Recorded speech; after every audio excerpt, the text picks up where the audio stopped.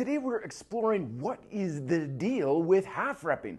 On one side, you've got the dark side of half repping, where people are like, it's bad, it's poor mobility, weak exercises, bad form, don't ever do it, stay away from it. But on the other side, we got the light side, where people say, you can certainly make good gains. Look at all these bodybuilders who are getting all these great results, even though they use half range of motion, and the debate ensues. And so today we're going to be exploring the legitimacy of the light side, the dangers of the dark side, and which type of half repping may be most beneficial for you. Remember that when we do basic compound movements, the amount of resistance on our muscles at one point is different than at another point. You could just feel this for yourself with squats, push-ups, any sort of exercise. Like right here, my back and my biceps are working considerably harder to hold myself up than they are here. They're still engaged, I'm not relaxed, but there's a lot less resistance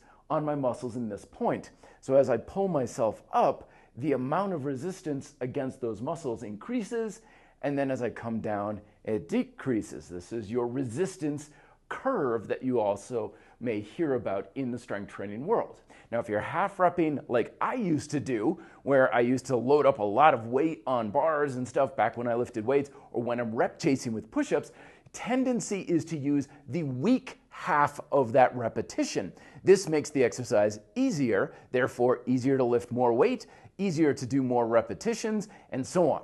And I used to make all the excuses too. It's like, oh no, it's bad for the joints to go below 90 degrees in the knees, or, science shows that most of your results are at this point and stuff. I made all the excuses. But the bottom line is you're using the easy half of that range of what I call range of tension in order to just pad your numbers. But on the other hand, strong half repping is when you're using the stronger or the more difficult part of that resistance curve. So instead of the bottom half coming all the way to the hardest point, and then you're focusing on that half that places the muscle against the greatest amount of resistance.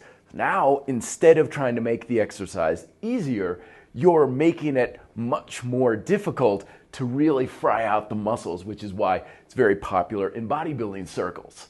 But that's not to necessarily say that using the most difficult half of that range of tension is like the superior way to train and the only way to go, because you're still getting that resistance in that half of your range of tension when you use a full range of motion. But experiment with it, play with it, make your own judgment calls on what works best for you. At the end of the day, it's all about how can we make our muscles just work harder, which will be in the harder half of the range of tension or a full range of motion, not using exclusively the easier half of that range of tension.